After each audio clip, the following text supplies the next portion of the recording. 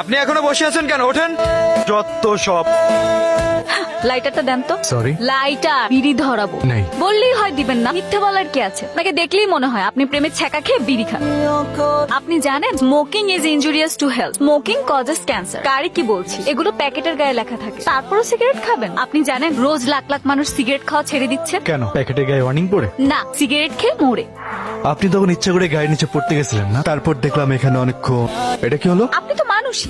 আমি আবার ভাবলাম আপনি মানুষ না। দেখলেন রেল লাইনের উপরে আমার যায় যায় অবস্থা, আর আপনি আমাকে বাঁচাতেই আসলেন। আমি যদি কাটা পড়তাম তাহলে নিজেকে মাফ করতে পারতেন? বলেন মাফ করতে পারতেন কিনা বলেন। আপনি যে কাটা পড়বেন না এটা আমি আগেই জানতাম। আরে আপনার সমস্যা কি? বারবার চিমটি কেন মারেন? আপনি তো মানুষই, এটাও দেখি জানেন। কেমনে জানেন? তখন পিক আপ ভ্যানের সামনে আর এখন এই জায়গাটায়, এই দুটো জায়গায় আপনার চোখে মুখে একটা জিনিস কমন ছিল। কি বলুন তো? ভয়। আপনি জানেন মানুষ কখন ভয় পায়? যখন মানুষ জানে সে ভুল করছে, আর ভুল মানুষকে বারবার ভুল করে। 1 বছরের রিলেশন আমাদের, পরিবারের সবার সম্মতিতেই আমাদের এঙ্গেজমেন্টটা হয়। গত 8 দিন আগে আমি এঙ্গেজমেন্ট রিংটা হারিয়ে ফেলি। এর জন্য সাদিদ এবং তার ফ্যামিলি আমাকে আর আমার বাবা মাকে অনেক অপমান করে।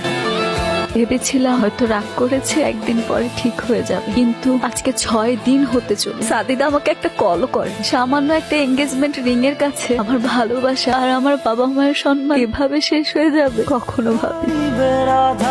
মানুষ অদ্ভুত। মানুষ যাকে ভালোবাসে সে না থাকে পরিচিত, না থাকে আপন কেউ। তারপরও মানুষ তাকে